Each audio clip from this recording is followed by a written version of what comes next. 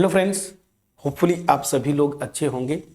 Last video में हमने देखा था कि कैसे कूसी होमोजेनियस लीनियर इक्वेशन या कूसी आइलर इक्वेशन को हम linear differential equation with constant coefficients में कन्वर्ट करते हैं। इन दो एग्जांपल्स के थ्रू हमने सीखा था। अब मैं एक परफेक्ट मतलब कंप्लीट एग्जांपल लेता हूं और ये एग्जांपल कई यूनिवर्सिटीज़ में आया हुआ है या बीटेक होम एग्जाम्स में भी कई जगह आया हुआ है। क्वेश्चन क्या है? Solve x square d two y by d x square plus x d y by d x plus y equal to this. Higher order का लीनियर इक्वेशन है। कैसे पहचानेंगे कि ये कूसी आइलर इक्वेशन है? बस यहाँ पे ना वेरिएबल कोफिशिएंट्स होंगे, मतलब एक्स स्क्वायर एक्स ऐसा कुछ दिखे तो ये मतलब वेरिएबल कोफिशिएंट्स के साथ ये लीनियर डिफरेंशियल इक्वेशन है सेकेंड ऑर्डर का। तो दैट मीन्स ये अगर थोड़ा सा ऑब्जर्व करेंगे तो ये कूसी आइलर इक्वेशन है या कूसी होमोजेनियस लीनियर इक्वेशन है। अब मैं क्या करूंगा, इसको कन्वर्ट करूंगा पहले linear equation with constant coefficients. और कैसे कन्वर्ट करेंगे, तरीका मैंने आपको बताया था सब्स्टिट्यूशन के साथ। बस पुट करिए। तो यहां पे सीधे सीधे आप पुट करेंगे, क्या करेंगे, पुट करेंगे t इक्वल टू, मैंने जो तरीका बताया था, t equal to log x, ठीक है ना, लॉग एक्स एंड, ठीक है ना, t equal to log x and using, यहाँ पे जरूर लिखिए जब ये सॉल्व करें, and using capital D this is equal to d by d t. आप पूरा लिख लीजिएगा, using the symbol capital D equal to d by d t, ठीक है ना, वी हैव,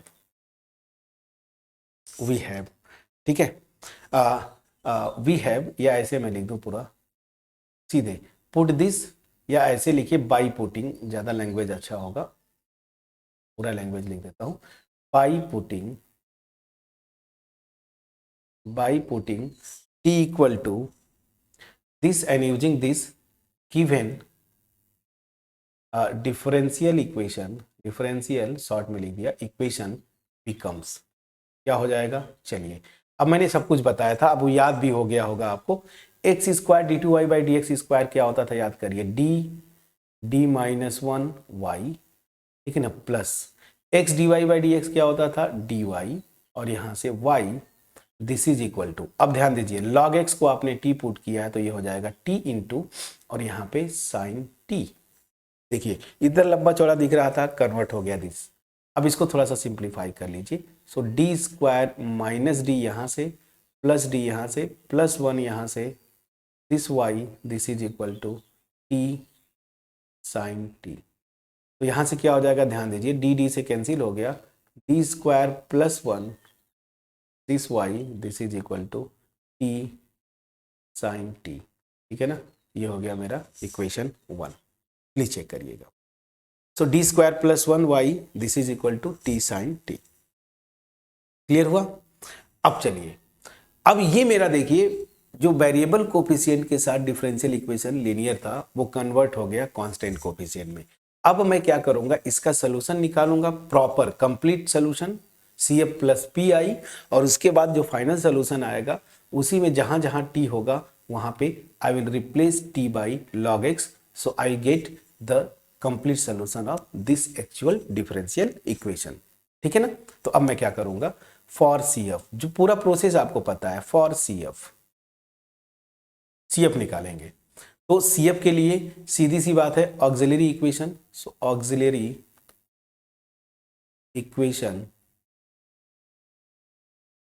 इज क्या हो जाएगा, d square plus one, this is equal to zero. तो यहां से आ जाएगा डी की वैल्यू जो आएगी, डी स्क्वायर बराबर माइनस वन, तो डी की वैल्यू प्लस माइनस आई, इमेजिनरी रूट्स आ रहे हैं, ठीक है ना। तो यहां पे कंपेयर करेंगे अल्फा प्लस आई बीटा से, तो alpha is zero and beta is one.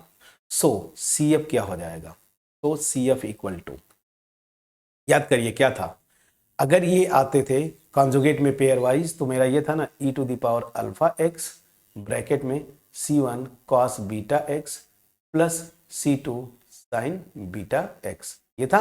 बस अब रखिए, तो e to the power alpha मेरा यहाँ पे क्या है, जीरो, तो जीरो, और याद रखिए यहाँ पे इंडिपेंडेंट वेरिएबल अब मैंने बदल दिया, क्या हो गया, t, तो यहाँ पे t लिखेंगे, ये गलती मत करिएगा, ठीक है ना। अब t में आएगा C1 कॉस बीटा की वैल्यू वन है, तो वन इंटू टी, मतलब cos T plus C2 sine t, ठीक है ना ये।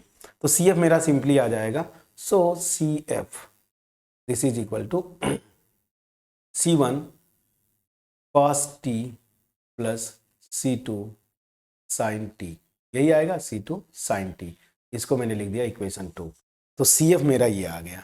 ये तो बहुत आसान था, इसमें कहीं से भी आपको कोई कंफ्यूजन नहीं होना चाहिए। चलिए अब आगे बढ़ते हैं, और जो मेन पार्ट है वही तो है ये क्या, PI। अब मैं आता हूँ पर्टिकुलर इंटीग्रल के लिए। सो फॉर पर्टिकुलर इंटीग्रल मेरा क्या होगा, क्या कैसे करते थे, 1/FD। तो 1/FD मेरा क्या है, देखिए ये डी स्क्वायर प्लस 1, और यहाँ पे क्या है t इंटू साइन टी। अब याद करिए, मेरे ख्याल से लास्ट जो एग्जांपल कांस्टेंट कोफिशिएंट में मैंने किया था और बताया भी था कि जब भी आपका x के साथ साइन x आ जाए या cos x आ जाए, इसको आप आइलर फार्मूले में कन्वर्ट करेंगे। तो आइलर फार्मूले में कन्वर्ट करेंगे तो e to the power i t, ठीक है ना, क्या हो जाएगा cos t plus i sine t।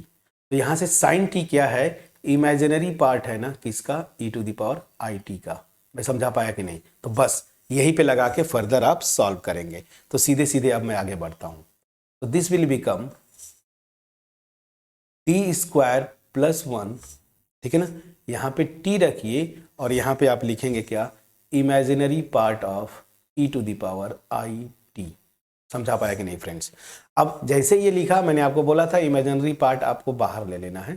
तो इमेजिनरी पार्ट ऑफ किसका, ऑफ 1/d स्क्वायर प्लस 1, ये t और e के पावर i t।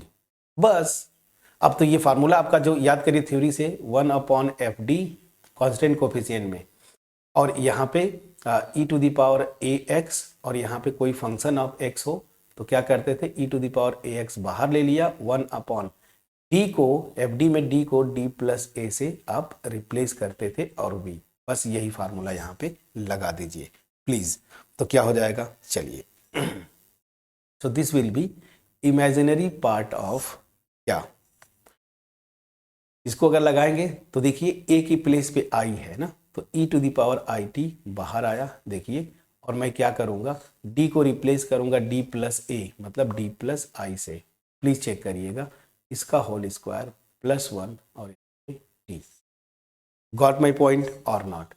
तो बस यहाँ पे हो जाएगा आपका imaginary e to the power i t, समझिएगा, और नीचे में आता हूँ a प्लस बी का होल स्क्वायर, तो a स्क्वायर प्लस 2ab, तो 2id प्लस बी स्क्वायर, मतलब i स्क्वायर क्या होगा -1। मैं डायरेक्ट कर दिया दिस और ये t।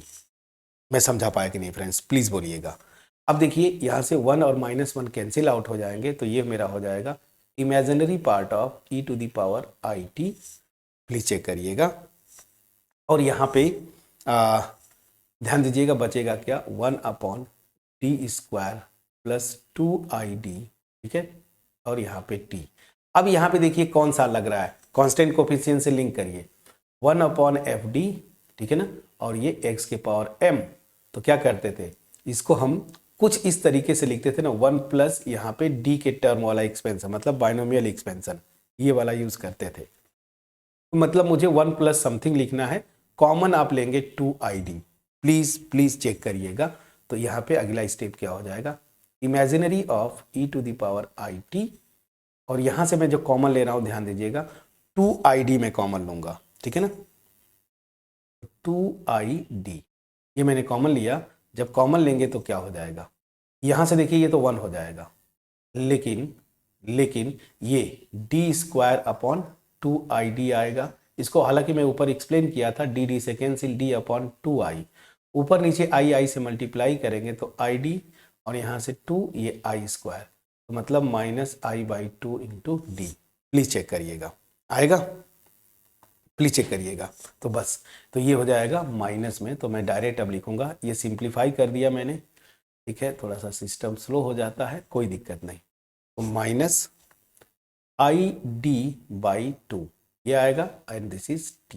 यहाँ तक तो कोई कंफ्यूजन आपको नहीं होना चाहिए, ठीक है ना। तो चलिए अब इसको लिखेंगे इमेजिनरी पार्ट ऑफ क्या, यहाँ से 2i कॉमन ले लीजिए तो 1/2i और यहाँ पे e के पावर i t, क्लियर है।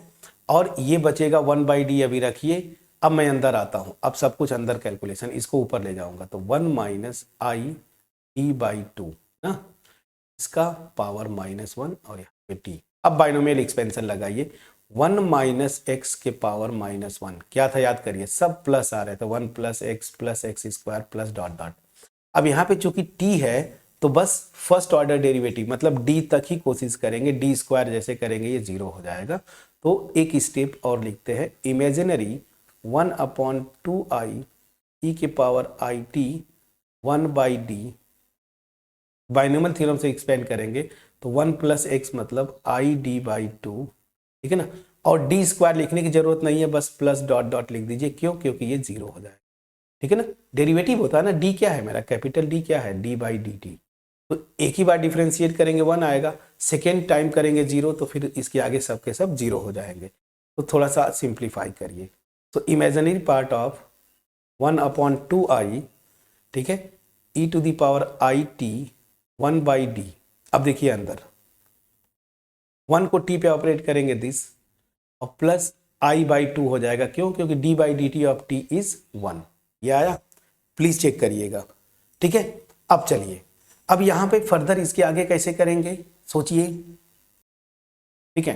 तो इसके आगे कैसे करेंगे अब, तो इसके आगे का कैलकुलेशन सीधी सी बात है, इनवर्स ऑपरेटर 1/d, ये क्या होता था, इंटीग्रेशन ना, तो मतलब इस पूरे को इंटीग्रेट कर देंगे t के रिस्पेक्ट में, तो this will become imaginary of 1/2i e⁻i t, please check करिएगा, ठीक है। और यहां पे ब्रैकेट में इंटीग्रेशन, अब मैं डायरेक्ट करता हूं, इसका मतलब इंटीग्रेशन, तो t का इंटीग्रेशन t²/2, और ये तो कांस्टेंट है तो ये हो जाएगा i/2 और यहाँ पे इंटू t, यहाँ तक ठीक है, प्लीज चेक करिएगा, ठीक है। अब मैं क्या करूंगा, अब इमेजिनरी पार्ट निकालना है तो एक चीज पहले, imaginary of e⁻i t 1/2i को अब अंदर ले जाइए, ये क्या हो जाएगा, t²/4i, ये होगा कि नहीं होगा फ्रेंड्स, प्लीज बोलिएगा। और यहाँ पे प्लस, ये देखिए अंदर इसको ले जाएंगे तो ये i जो है इस i से कैंसिल होगा, तो सिंपली t/4। अगर मैं सही हूं कैलकुलेशन प्लीज चेक करिएगा, ठीक। इसको थोड़ा सिंप्लीफाई करेंगे, यहाँ पे मैं करके दिखाता हूँ, t²4i, इस पे मैं क्या करूंगा, ऊपर नीचे i से मल्टीप्लाई किया, जब i से मल्टीप्लाई करेंगे ऊपर नीचे तो ये देखिए i² हो जाएगा, i² की वैल्यू -1, मतलब ये अल्टीमेट आ जाएगा -i/4 इंटू t² आएगा। तो बस वही मैं लिखता हूँ, इमेजिनरी e के पावर i और ये t, ठीक है ना, ये t, यहाँ पे जो आया मैंने लिखा था -i/4 t² plus t/4, please check it out, ठीक है। बस अब हो गया, यहां तक मेन था। याद करिए एक एग्जांपल और भी मैंने किया था, तो यहां पे आप लिखेंगे इमेजिनरी ऑफ, अब यहां पे आइलर फार्मूला लिख दीजिए, cos t plus i sin t, ठीक है ना, और यहां पे ब्रैकेट में -i/4 t² प्लस t/4, ठीक है। अब यही से मैं फाइनल आंसर लिखूंगा, लेकिन अगर आपको न समझ में आए तो पहले cos t को इन सब में मल्टीप्लाई करिए, फिर i sin t को यहाँ पे मल्टीप्लाई करिए, और फिर रियल और इमेजिनरी पार्ट्स अलग कर दीजिए। मुझे इमेजिनरी पार्ट चाहिए तो देखिए कहाँ कहाँ से आएगा, ऐसे भी कर सकते हैं, cos t को जब इसमें मल्टीप्लाई करूंगा तो इमेजिनरी पार्ट आएगा, प्लीज बोलिएगा, यहाँ से इमेजिनरी पार्ट आएगा तो वो क्या हो जाएगा, मैं अब डायरेक्ट लिख रहा हूँ, तो क्या होगा देखिए, i मतलब छोड़ दीजिए, तो -1/4 t² और cos t, मतलब सीधी सी बात है -t²/4 cos t, ये एक आ गया इमेजिनरी। और दूसरा इमेजिनरी कहाँ से आएगा, i sin t को ये रियल पार्ट में कर देंगे मल्टीप्लाई, तब आएगा, तो ये हो जाएगा प्लस c रहेगा, हाँ, t/4 sin t, ये मेरा इमेजिनरी पार्ट इतना आएगा, बाकी जो बचेंगे वो रियल होंगे, रियल से हमें कोई इंटरेस्ट नहीं है, ठीक है, समझा पाया। तो मेरा ये आ गया PI, पर्टिकुलर इंटीग्रल, इसको लिख लीजिए इक्वेशन नंबर 3। अब मैं पूरा वापिस आता हूं, जो मेरा एक्चुअल इक्वेशन यहाँ पे जो बना था कांस्टेंट कोफिशिएंट के साथ, वो था मेरा 1, तो इस 1 का कंप्लीट सोल्यूशन क्या होगा, ये सी एफ प्लस नीचे जो है आपने लिखा है यहाँ पे पी आई, पर्टिकुलर इंटीग्रल। तो अब मैं सीधे लिखता हूँ सो कंप्लीट सोल्यूशन, ओहो, तो कंप्लीट सोल्यूशन, तो complete solution, complete solution of मेरा जो इक्वेशन 1 है इज क्या हो जाएगा, क्या था, डिपेंडेंट वेरिएबल y है, y is equal to C F plus particular integral. C F मेरा ऊपर है आपके स्क्रीन पे, अभी जस्ट दिखाया था, क्या था एक बार फिर से दिखाता हूं, C1 cos t plus C2 sin t। तो यहां पे लिख दीजिए C1 cos t plus C2 sin t plus P I, particular integral देखिए यहाँ पे है, तो इसको आप अगर लिखना चाहे तो उसी सीक्वेंस में लिखेंगे। तो यहाँ पे प्लस हटाता हूँ, ऐड करेंगे, लेकिन यहाँ माइनस है तो माइनस पहले कर दिया, T square by 4 cos T plus T by 4 sine T. अब बोलिए क्या ये मेरा फाइनल आंसर होगा? नहीं, यहाँ पे अगर छोड़ के आ जाते हैं तो एक नंबर कट जाएगा। अगर 5 मार्क्स का क्वेश्चन है तो 4 मार्क्स ही मिलेगा, ठीक है ना। रीजन, क्योंकि क्वेश्चन आपका ना यहाँ पे देखिए y और x में था, क्वेश्चन एक्चुअल जो आपका है इस डिफरेंशियल इक्वेशन का सॉल्यूशन निकाल रहे हैं। Dependent variable is y and independent variable is x and you are living here as y as dependent variable and t as independent variable. तो इसको x में कन्वर्ट करना है, और वो कैसे करेंगे, जो ऊपर आपने सब्स्टिट्यूट किया था, t जहां जहां आएगा वहां वहां पे log x आप रिप्लेस कर दीजिए, तो बस ये आपका फाइनल सोल्यूशन आ जाएगा। सो दिस विल बिकम, अब थोड़ा लंबा आएगा, C1 जहां जहां t है वहां पे log x लिखना है, तो cos ऑफ log x, ठीक, this plus C2 sine of log x minus t है, तो ये क्या हो जाएगा 1/4, ठीक है ना, log x इसका whole square cos of log x। Please check करिएगा, जहां जहां t है ना वहां वहां पे आप बस log x लिख दीजिए। यहां भी t है, so this will become log x by 4, ठीक है ना। प्लीज चेक करिएगा, t जो मेरा है log x बाई 4, ठीक है, और यहां पे देखिए साइन, तो sine of log of x। Please please check करिएगा फ्रेंड्स, तो ये आपका आंसर आया, ठीक है। तो ये फाइनल आंसर आपका ये आना चाहिए, ठीक, y इक्वल टू, ये मेरा कंप्लीट सोल्यूशन हुआ। This equation is the complete solution of this given differential equation. Okay, मैं समराइज करूंगा, बट इससे पहले अगर मेरा एफर्ट, मैंने जानबूझ के एक अच्छा एग्जांपल लिया जो कई बार पूछा जा चुका है, ठीक है, कुशी आइलर इक्वेशन पे। So simply we substitute t equal to log x and we have learned here that this x square d2y by dx square becomes d bracket में d minus 1 into y and x dy by dx becomes dy, and here wherever is log x we put t, तो this becomes t into sin t। अब मैंने इसको जो variable coefficient के साथ differential equation था उसको मैंने कांस्टेंट कोफिशिएंट में बदल दिया। The rule I know using method of operators. The complete solution of this equation will be CF plus PI. CF मैंने निकाला, आसान था, and PI again this was the trick, polynomial and trigonometric function sin t. So we have to use Euler equation, and sin t is the imaginary part of e to the power it. So I just simply simplified and used binomial expansion. Finally मैं यहाँ पे गया, ठीक है ना, और simplify करते करते मैं यहाँ पे आंसर पे पहुँचा, ठीक है। फाइनली जहाँ जहाँ टी था वहाँ पे log x, टी को रिप्लेस किया log x से। तो ये था पूरा प्रोसेस। अब अगर आपके पास पहुँच पाया होगा, बुक ज़रूर होंगी आपके पास, जो PYQs मतलब प्रीवियस ईयर के क्वेश्चन पेपर्स होंगे आपके यूनिवर्सिटी का, चाहे आप BSc कर रहे हैं, BA कर रहे हैं, NEP सेकेंड सेमेस्टर में हैं, या फिर आप BTech कर रहे हैं कहीं से भी। तो अगर सिलेबस में है तो वहाँ से PYQs उठाइए और इसको सॉल्व करिए, यहाँ से क्वेश्चंस बनते हैं। सो मेरा बेस्ट एफर्ट था एनईपी सेकेंड सेमेस्टर का मेरे ख्याल से पूरा कंप्लीट सिलेबस मैंने कवर किया। सो तो मेरे प्यारे स्टूडेंट्स, इस बार अभी आप सेकेंड सेम में पढ़ रहे होंगे, एडमिशन हुआ होगा, एग्जाम खत्म हो गए फर्स्ट सेम के, तो मेरी तरफ से पूरा कंप्लीट क्वालिटी कंटेंट आपके पास है, इसको आप पढ़ें। थर्ड सेम भी मैंने मैक्सिमम चीज़ें अपलोड कर चुकी हैं, तो जब आप थर्ड सेम में जाएंगे तो भी आपके पास मैक्सिमम सिलेबस कवर्ड होगा, आप उसको पढ़ें। अब मैं चलता हूँ, रह गया चूँकि ये इवेंट सेमेस्टर चलेगा सेकेंड, फोर्थ एंड सिक्स, तो मैं सिक्स सेमेस्टर में कुछ चीज़ें ऑलरेडी अपलोड कर चुका हूँ, बट उसमें दो इम्पॉर्टेंट टॉपिक हैं जो कि जैम, नेट, गेट यहाँ पे भी कॉमन है। फॉर्चुनेटली ये जो पोर्शन है मैट्रिक स्पेसेस, वो जैम में भी आता है, आपका नेट में भी आता है, गेट में भी आता है, और एक पोर्शन है कॉम्प्लेक्स एनालिसिस। कॉम्प्लेक्स एनालिसिस अभी फिलहाल जैम में तो नहीं है, नेट और गेट में है, लेकिन और जो एमएससी के एंट्रेंस एग्जाम्स है वहाँ पे कॉम्प्लेक्स एनालिसिस है।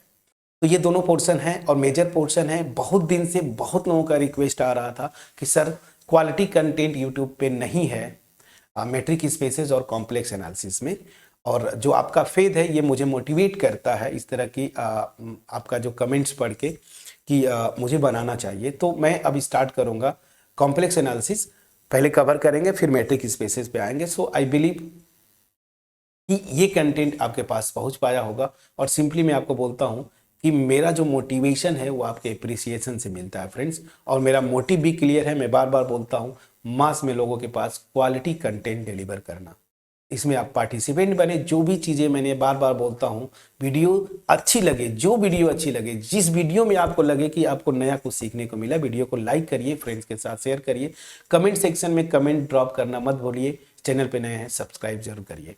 तो मिलते हैं नेक्स्ट वीडियो में। अब आपसे मुलाकात होगी थर्ड सेमेस्टर में जब आप जाएंगे। बट मेरे जो प्यारे स्टूडेंट्स ऑलरेडी वेट कर रहे थे, या तो वो BSc, BA, BSc six same में है, या फिर आप जैम, नेट, गेट की तैयारी कर रहे हैं, तो मिलते हैं बिल्कुल नेक्स्ट वीडियो में, जहां पे हम कॉम्प्लेक्स एनालिसिस जो कुछ पोर्शन ऑलरेडी अपलोडेड हैं उसी के आगे मैं कंटिन्यू करूंगा। तब तक अपना ख्याल रखें, पढ़ाई करते रहें friends. Thank you so much for watching my video.